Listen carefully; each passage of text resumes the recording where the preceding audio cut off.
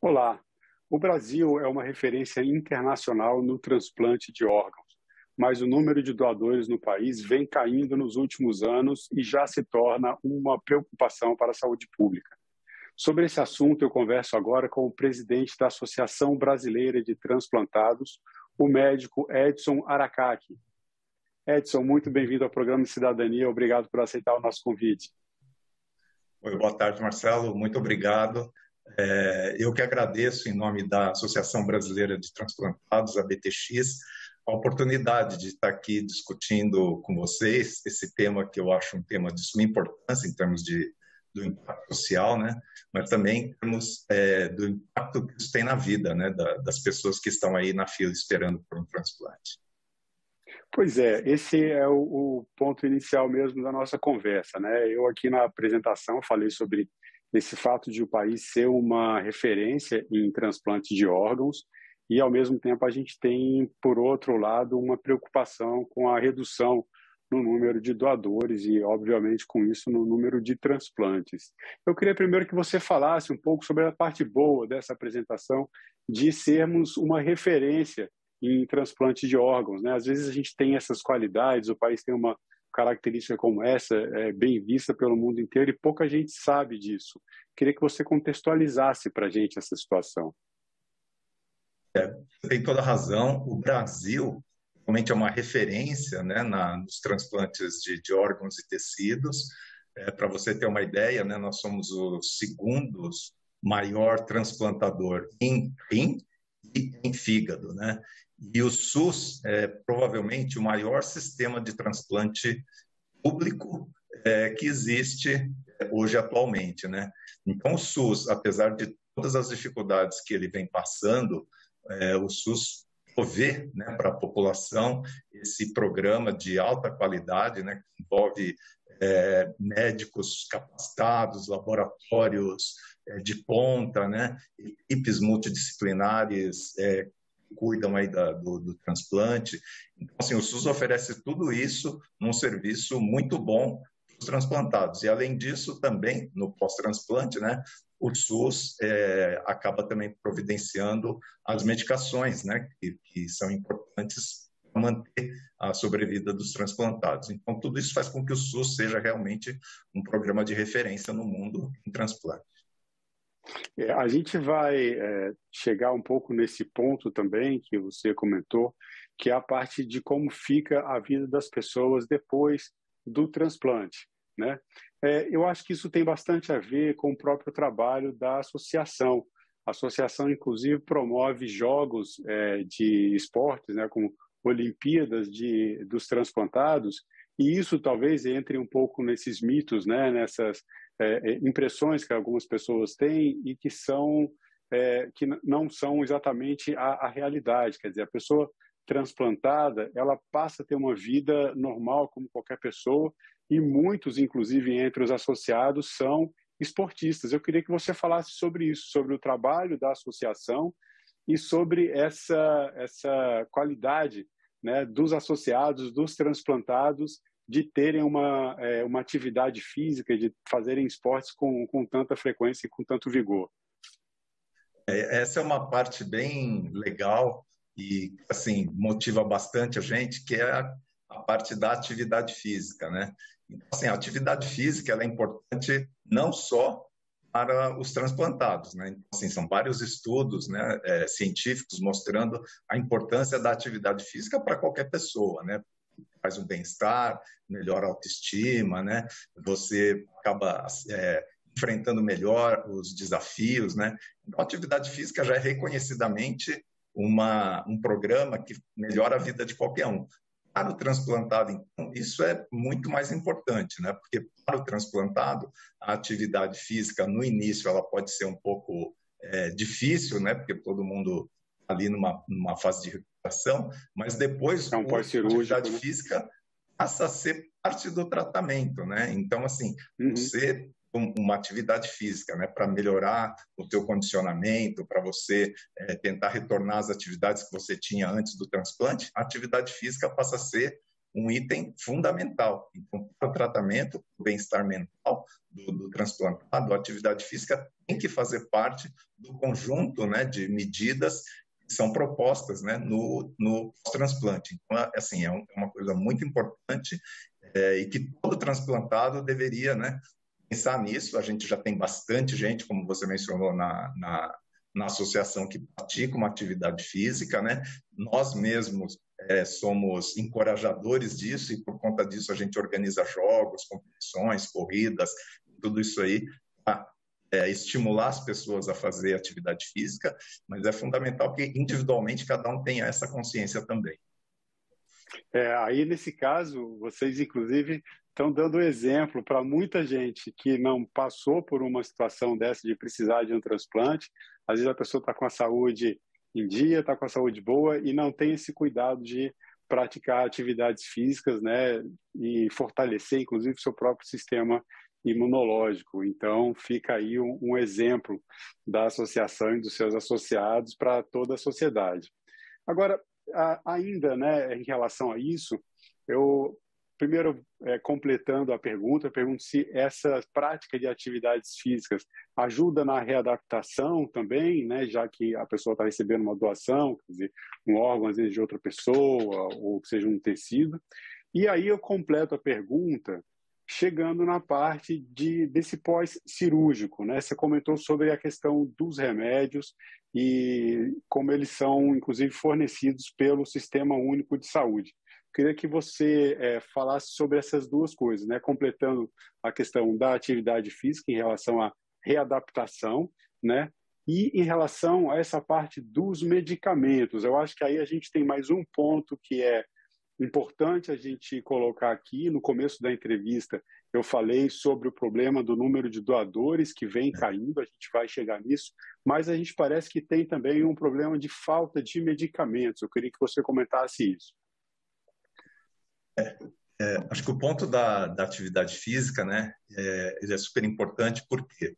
Porque geralmente as pessoas que passam por um transplante, elas vêm de uma condição de saúde que vai debilitando ao longo do tempo, né? Então, a maioria dos transplantados tem uma doença crônica, né? Essa doença crônica, ela é consumptiva, né? Então, assim, a pessoa vai perdendo capacidade física, capacidade de fazer as coisas, capacidade emocional, mesmo psicológica. Então, assim, é um processo de decaimento só mesmo, né? Antes do transplante. E quando vem o transplante, é como se fosse uma mudança de vida, né? Então, a pessoa, a partir do transplante, ela realmente, e é o que a maioria das pessoas relatam, né? Quem passou por um transplante, relatam um renascimento quase, né? Uma segunda chance na vida. Por isso que a atividade física é tão essencial, porque ela veio de um processo muito de fragilização, né? Então ela está muito fraca, muito debilitada, muito magra, e ela precisa, né, de alguma forma, ter todo esse processo de reabilitação. Então a atividade física, né, junto com uma alimentação adequada, né, um programa, seria bom também um programa de apoio psicológico, tudo isso tem que compor as atividades do pós-operatório.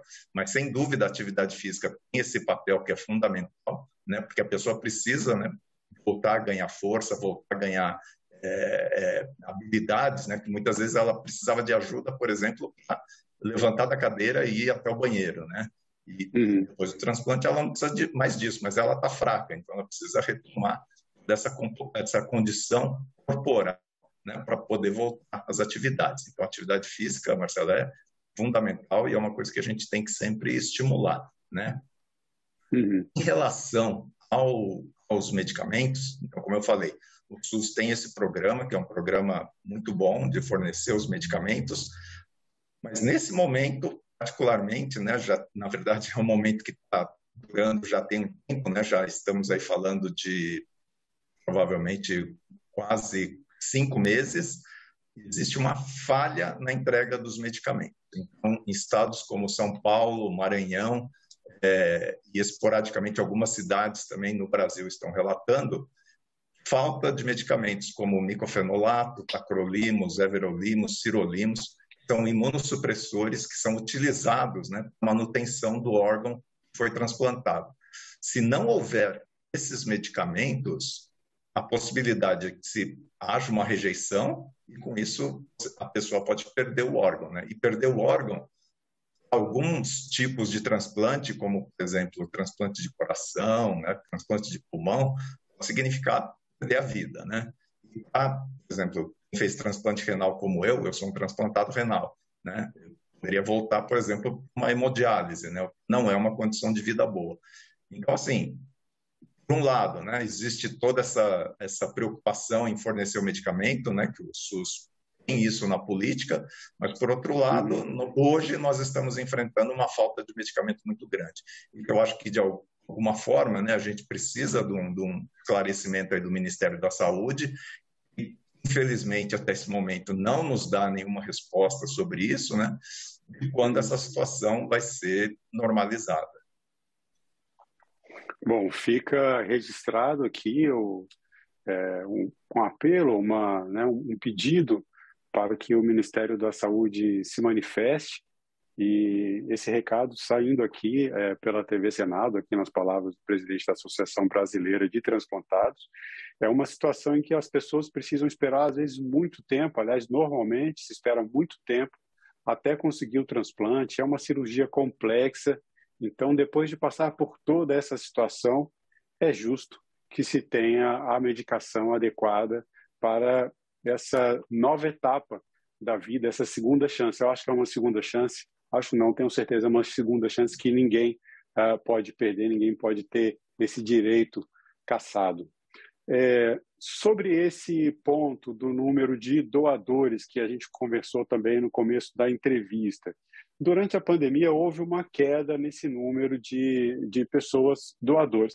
Queria que você falasse um pouco sobre essa fila de espera, quantas pessoas hoje no Brasil esperam por doação de órgãos, como é que está o Brasil em termos de número de doadores e o que pode ser feito para melhorar a situação, para aumentar o número de pessoas que se dispõem a doar órgãos ao final da sua vida. Enfim, eu acho que é uma questão familiar, tem vários aspectos aí, né? Bom, a fila hoje, ela, segundo os dados da Associação Brasileira de Transplante de Órgãos, né, ela está beirando as 50 mil pessoas esperando um órgão na fila hoje, né? Ela aumentou muito durante o período da pandemia, sem dúvida, né? Então, só para ter uma ideia, assim, né?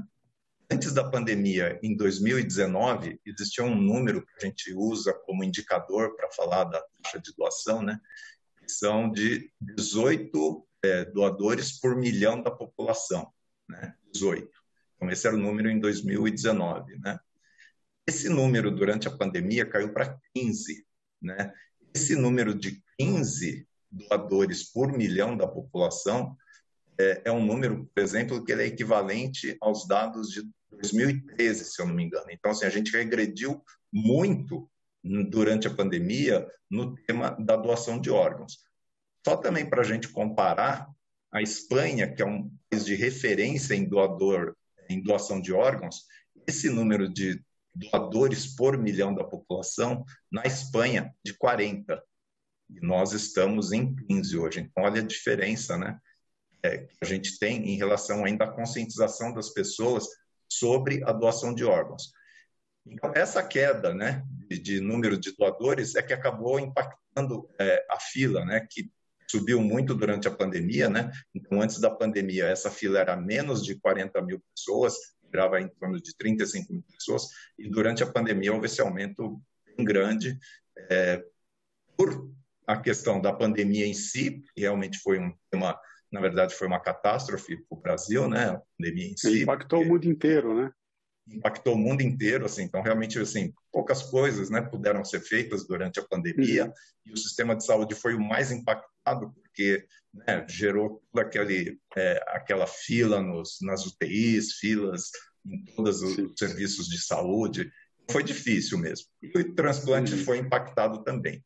Mas, além disso, né, na verdade, uma das coisas que a gente briga muito, né, tanto na Associação de Transplantados quanto as associações médicas, né, para que haja, né, um melhor relato, né, dos casos de morte encefálica. Então, esse é um dos gargalos, né? Então, a gente acaba não conseguindo falar com as famílias que porventura possam querer doar, porque nós não temos um relato.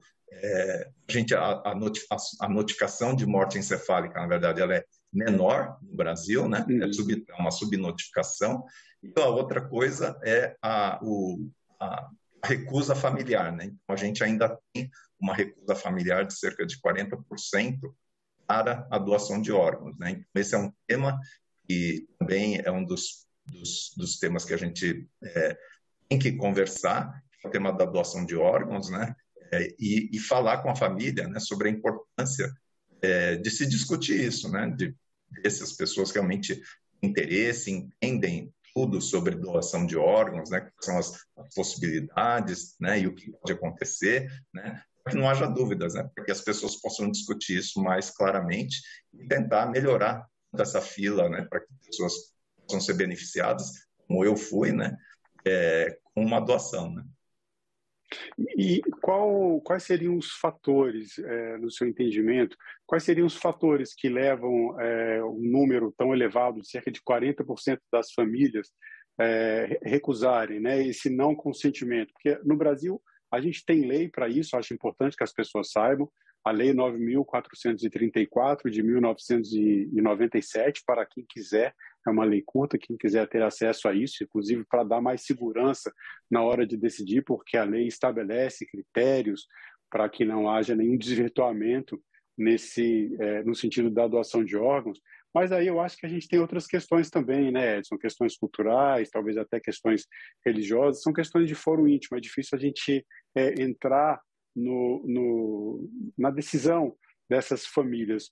O que você considera que seriam os principais obstáculos para que haja mais disposição das famílias em doar, em aceitar, em consentir a doação de órgãos da pessoa que teve, por exemplo, a morte encefálica decretada? O que a gente acha que é o ponto fundamental, Marcelo, é a falta de informação ainda, né? Então, faltam informações claras e que as pessoas possam entender, né, sobre o processo todo da doação e do transplante em si, né?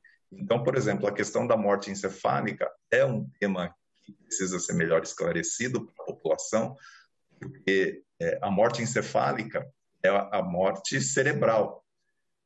Só que quando isso acontece, o coração tem que estar batendo ainda, né? Para que se mantenha alguns sinais ali que são importantes, inclusive, né, de perfusão, para manter aqueles órgãos que serão, porventura, possam ser doados, né, bons para a doação. Porque assim, o fato do coração ainda estar batendo, lógico, né, o coração é o órgão, talvez o órgão mais emblemático, né, que a gente tenha no corpo humano, né? Todas as emoções são canalizadas para o coração. E isso, lógico, pode trazer sempre dúvida para as pessoas. Puxa, mas o coração está batendo, será que, né, alguma coisa, né, não pode acontecer? Tal. Então, assim, a gente precisa um esclarecimento muito bom das pessoas e da população do que é a morte encefálica, né? E que o órgão ainda os órgãos serão retirados com o coração ainda batendo. Então, isso é muito importante que as pessoas entendam isso, né? Quais são os critérios de morte encefálica, como isso se dá, você detectar a morte encefálica, né? Existem critérios rigorosos, né? Tanto da lei que você mencionou, quanto do Conselho Federal de Medicina, né? Isso tem que ser atestado por 2 especialistas diferentes. O exame de morte encefálica tem que ser feito em momentos diferentes, né? Então, assim, tem uma série de critérios que são muito rígidos, né, para que isso aconteça. Para que isso, né, as pessoas não tenham dúvidas sobre isso, né?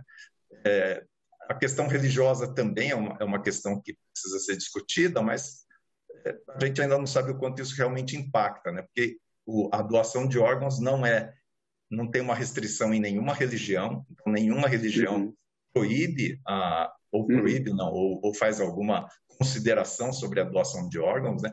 Não existe isso em nenhuma religião, seja católica, a budista, a protestante, a hinduísta, a islâmica. Então, não existe nenhum tipo de restrição sobre a doação de órgãos, então a gente não sabe o quanto isso pode ter, mas sem dúvida tem essas dúvidas que você falou de foro íntimo, né? Assim, do que as pessoas acreditam, do que as pessoas tem como fé, né? E isso realmente é uma coisa que precisa ser muito respeitada, né? Que é um processo muito difícil, né, Marcelo? Você vê que a doação ela vai acontecer num momento de muita dor na família, né? Sim. As pessoas estão perdendo uma pessoa que é muito querida para eles, né? E é muito difícil nesse momento você abordar, né, e falar de doação, né, e falar, né, que puxa vida você pode, né, dar uma possibilidade para alguém quando a pessoa está perdendo alguém, né? Então, isso que tem que ser pessoas altamente capacitadas para fazer essa abordagem. Então, esse também é um outro ponto, né? As equipes que fazem a abordagem, a doação de órgãos tem que ser equipes tremendamente capacitadas e que tenham essa sensibilidade, né, de realmente saber se é o momento ou quando é o momento de fazer a abordagem sobre a doação de órgãos. Então, assim, são vários os fatores que acabam sendo determinantes para essa fila diminuir ou aumentar, mas, de alguma forma, o que a gente acha que vale a pena sempre todos terem em mente é que esse é um processo já muito bem estabelecido, né? Um processo que realmente ajuda pessoas a mudar de vida, né? Então, assim, ela é uma pessoa que estava ali no limite da vida, né? E que provavelmente poderia perder a vida, mas que realmente ela se recupera, né? Uhum. Então, que vale a pena essa discussão entre a família, entre os membros da família, né? Na verdade, é um ato de uma generosidade tão extrema, né?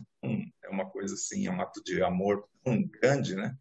Que, sem dúvida, é uma coisa assim que todo ser humano, né, deveria talvez pensar nisso, né? Assim, o quanto isso Pelo menos realmente pensar sobre o assunto, né?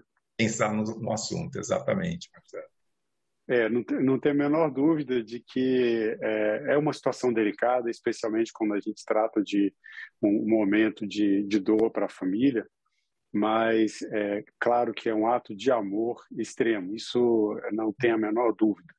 E as pessoas também podem manifestar em vida a sua intenção de se tornarem doadores ou doadoras.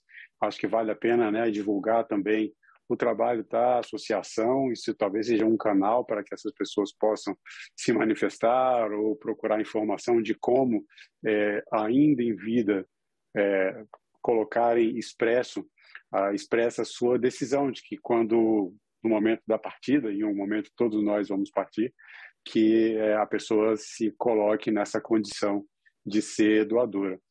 Existe limite de idade, Edson, para a pessoa doar órgãos? Como fica essa questão? Todas as publicações científicas elas vêm evoluindo muito nesse aspecto, Marcelo. E até um tempo atrás realmente existia um limite de idade, né? As pessoas colocavam aqui, né? Pessoas muito idosas, tal, talvez não pudessem doar. Isso vem mudando, esse conceito vem mudando, né? Até porque a população, né? A expectativa de vida da população vem mudando, né? Então, hoje é muito comum as pessoas viverem aí até mais de 70, 80, né? A gente tem conhecidos que estão aí na casa dos 90, né? Então, isso vem mudando. E com isso, esse tema da doação e idade também vem mudando. Então, assim, o que vem acontecendo pacientes doadores mais idosos podem doar também para pessoas mais idosas, né? Então, você tenta fazer esse tipo de combinação, né? Aqui, realmente, assim, órgãos mais jovens, de pessoas mais jovens, atendam as pessoas mais jovens e que vão ter, talvez, aí mais tempo de sobrevida, né? E os órgãos das pessoas mais idosas possam ir para essas pessoas também mais idosas que porventura precisem de um órgão. Mas lógico que tudo isso dentro de outros critérios, né? Então, né, se a pessoa não tem nenhuma outra doença associada, né? Se a pessoa, o órgão realmente está bom, né? Laboratorialmente em termos de exames, né? Então, tudo isso é avaliado num conjunto para ver se esse órgão, mesmo sendo de uma pessoa idosa, ela pode ser utilizada. Edson, eu tenho uma pergunta que eu faço para todos os convidados e convidadas do programa Cidadania, que homenageia o nome do nosso programa. E eu estendo também essa pergunta a você. Eu gostaria que você falasse, nas suas palavras, para você, o que é cidadania? Cidadania. Então, eu acho que cidadania tem a ver com a possibilidade, né? A possibilidade de nós, como seres humanos, né? E vivendo, né? Nesse nosso país aqui, que é o Brasil, né? Cheio de né? Controvérsias e tudo, né? A possibilidade, primeiro, da gente se manifestar livremente, né? E segundo, da gente realmente ter acesso, né, a tudo o que todos os seres humanos precisam, né? Que é, né, ter saúde, né, ter possibilidade de ter um emprego decente, ter possibilidade, né, de ter um lugar para morar decente, né? Então, acho que cidadania é a gente poder ter acesso a tudo isso e poder se manifestar livremente em relação a essas questões, né? Então, exercer isso, né? Acho que principalmente exercer, porque só falar, né, e só saber que existe a possibilidade que a gente não exercer, talvez a gente não esteja sendo um cidadão pleno, né? Tá bom, muito obrigado.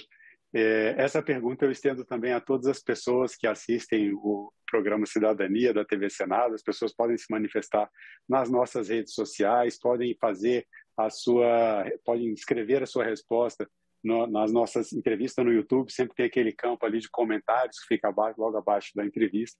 Então eu estendo esse convite a todas as pessoas que acompanham as entrevistas do Cidadania para que se manifestem, que eu possa trazer aqui também a opinião dos nossos espectadores, das nossas espectadoras.